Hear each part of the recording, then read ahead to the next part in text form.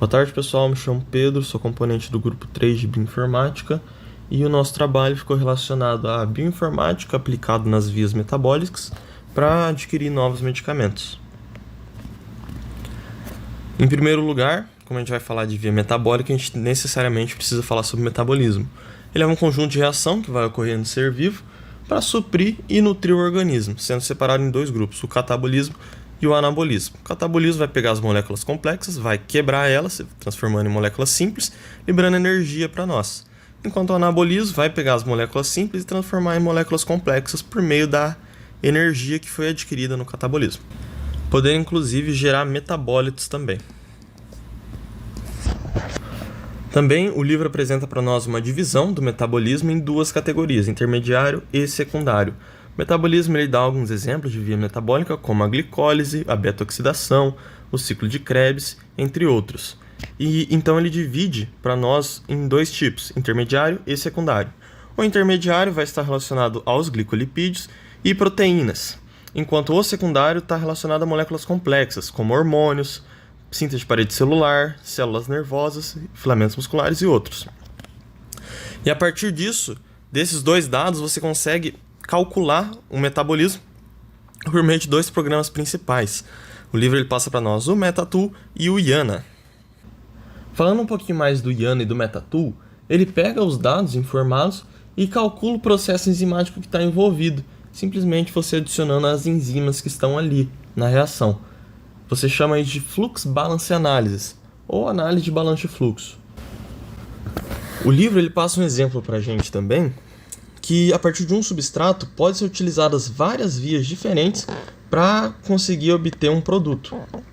Aqui ele dá o exemplo da glicólise e do ciclo da pentose fosfato, e indica para nós 7 vias metabólicas diferentes, como a glicólise e as outras 6.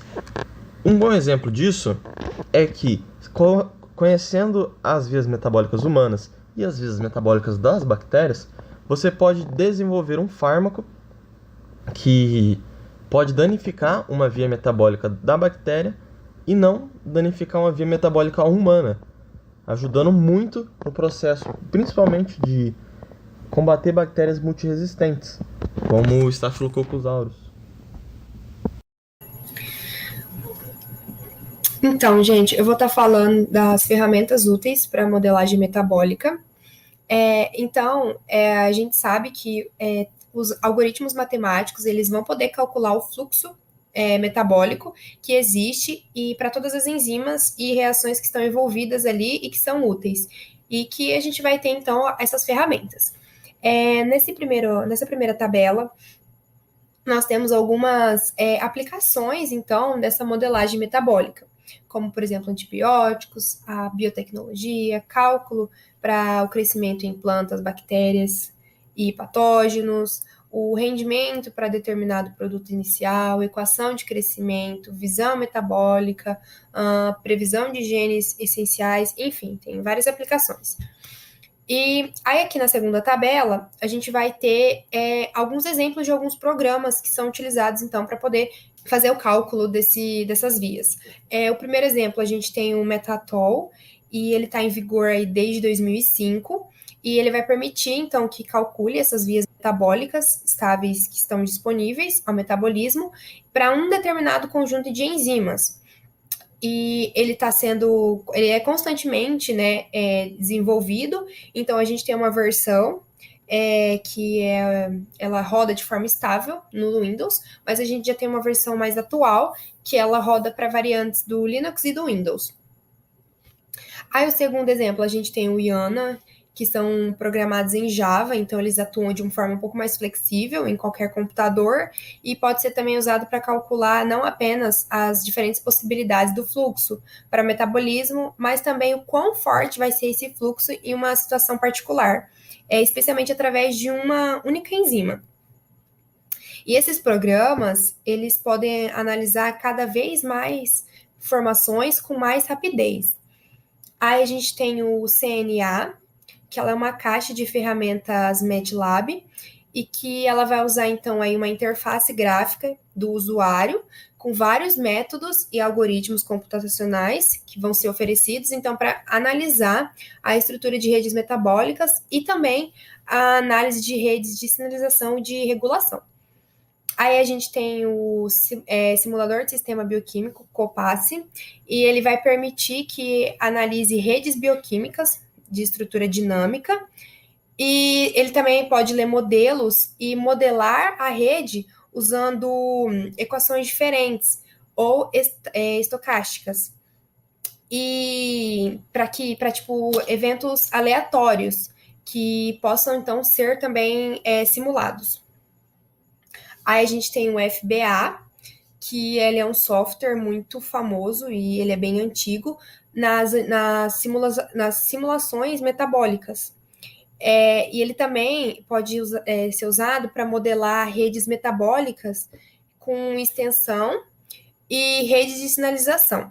E aí a gente tem outro exemplo, que é a caixa Cobra, que ela vai ser bem útil para modelagem metabólica e nas cascatas de sinalização. Então, com tudo isso, a gente pode concluir, então, que o estudo do metabolismo ele é muito essencial para a nutrição, crescimento e reprodução dos seres vivos, e a modelagem metabólica, ela vai permitir que a gente consiga examinar isso de forma detalhada, então vai permitir que a gente faça uma análise aprofundada dessas vias metabólicas, né?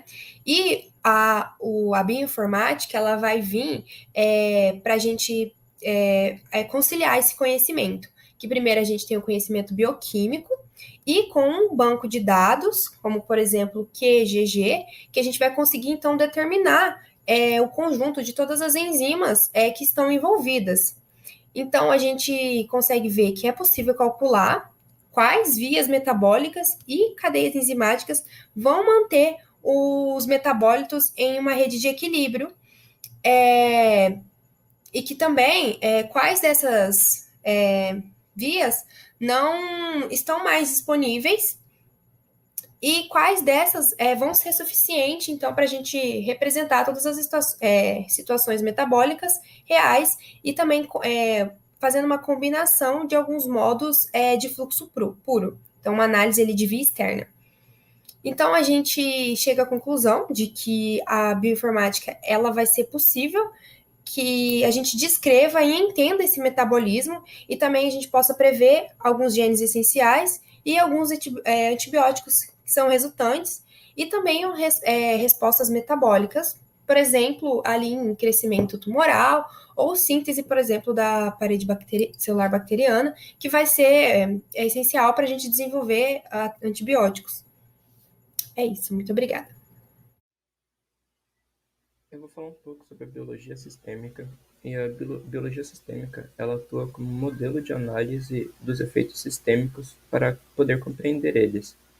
Essa análise do todo, de todos do efeito sistêmico como um todo, é algo muito complexo. E por isso a gente deve analisar secções importantes desse todo e assim ideias ou insights vão ser produzidos sobre esse tema. Um exemplo que o autor deu foi quando a gente analisa um ataque cardíaco. O ataque cardíaco ele não é apenas um resultado de uma falha do coração, mas sim uma deficiência do funcionamento geral do corpo. Um exemplo prático do funcionamento e da aplicação da biologia sistêmica foi sobre a insuficiência cardíaca e sobre o câncer. Sobre a insuficiência cardíaca, o autor apresentou também uma proteína, que é uma proteína responsável pelo espessamento da musculatura do coração, que é chamada de ERK. Essa proteína, ela tem como a característica para ela funcionar dessa maneira danosa para o corpo é quando três fosforilações ocorrem. E a biologia sistêmica ela atua justamente nesse ponto. Ela analisou todos esses efeitos de cascata para a produção dessas fosforilações e ela reparou, analisou como essas fosforilações ocorrem.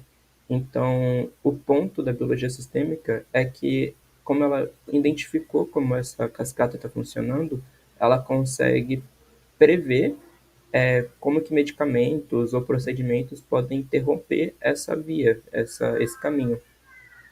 E dessa forma a gente evita esse problema, no exemplo da insuficiência cardíaca, né? Em questão do câncer, ele também, o autor traz como maneira ideal de você lidar com o câncer, você criar medicamentos de maneira específica para cada paciente, porque cada paciente vai desenvolver o câncer de uma maneira única. Então, com você interrompendo essa cascata de evento de geração de câncer para cada paciente, a chance de um diagnóstico, um prognóstico melhor, seria muito mais eficiente, muito mais certeiro. Aqui eu trouxe uma rede de sinalização, que é basicamente essa rede de sinalização que eu acabei falando da insuficiência cardíaca. Ela, ela apresenta aqui alguns dados de como são, né, como foram feitas as cascatas para as proteínas serem desenvolvidas e tudo mais. Enfim, é basicamente isso a biologia sistêmica. Meu nome é Tainara Silva Rocha e eu vou ensinar vocês a como construir um sistema biológico. A primeira etapa seria juntar todos os componentes, ou seja, a partir de diversas fontes de dados e informações, você vai montar um network com um software que seja capaz de criar uma imagem para que a máquina seja capaz de ler. Para essa tarefa, você tem que utilizar diversas bases de dados, diversas fontes de informações, além de prestar sempre muita atenção na lógica de Boolean, com aquela regra de palavras como or, o and e o not. Para você organizar isso, para você organizar o seu network, você pode utilizar softwares como o Cell Designer, que seria essa imagem mais da direita, um pouquinho mais verde, que ela é um pouquinho mais simples. Ou você também pode utilizar o Cytoscape, que seria um modelo mais floreado. Só que como você vai utilizar muitas fontes de dados e informações, seria preferível que você fizesse também uma tabela para você organizar elas, porque, por exemplo, se você tiver um tipo de fonte conflituosa, vocês podem colocar na tabela, testar o seu sistema e ver qual que está mais condizente ao que está sendo performado ali. Um segundo passo para você construir um sistema biológico seria você simular o seu network e a sua dinâmica, para você, como eu falei, avaliar tudo que você tem na literatura, tudo que você tem de base de dados e ver se elas condizem com a realidade. Isso pode ser utilizado, por exemplo, para a conquista de novas terapias a partir do comportamento de uma célula de carcinoma de pulmão, ou até mesmo você procurar novas alternativas terapêuticas para a falência cardíaca a partir de proteínas-alvo que você vai ver ali expressas na célula, naquele modelo que você construiu. Portanto, esses são sistemas que vocês puderam ver pelas imagens que são bastante floreados e às vezes podem ser muito complexos. E por isso a gente tem algumas alternativas para esses modelos semi-quantitativos. Porque nós somos iniciantes, né? Então para trabalhar seria muito difícil. Pela quantidade de muitos parâmetros e informações, às vezes até de forma gratuita, em uma só vez, em um só modelo. Então, para isso, se vocês tiverem interesse, o livro traz esse outro livro, chamado Sistemas Biológicos, pela Ada Clip, e ela vai mostrar algumas alternativas para esses modelos, se vocês se interessarem mais. Então, sobre a lógica booleana, então, ela é uma representação matemática que vai descrever sistemas biológicos, né, como os genes ou as proteínas. Daí funciona assim, eu tenho as informações já pregressas, né, e eu vou colocar com esses três comandos do algoritmo, né, and, or, and not. Por exemplo, né, um exemplo hipotético, eu tenho um cabelo cacheado e loiro. Para eu ter um cabelo cacheado e loiro, eu preciso do gene de cabelo cacheado e do gene de cabelo loiro. Com esses dois genes, eu vou ter o cabelo cacheado e loiro, por isso que eu vou usar o AND. Então, ou um outro exemplo hipotético também, eu tenho o gene negro do meu pai e o gene branco da minha mãe. Eu vou colocar um NOT, porque ou vou nascer negro ou vou nascer branco, né? Claro que essas regras aí são derivadas de dados experimentais, né, já feitos, ou conhecimentos biológicos, né. Então, concluindo, o sistema biológico de cascata bioquímica e proteína, ele ajuda a entender o funcionamento de proteínas, que então vai ajudar a entender o sistema imune e a fisiopatologia de doenças, né. E o modelo booleano, como eu falei, ele requer essas informações sobre genes e proteínas, né? Informações pregressas. E a interação entre elas, claro. Então, eu vou simular futuras interações com os comandos do algoritmo.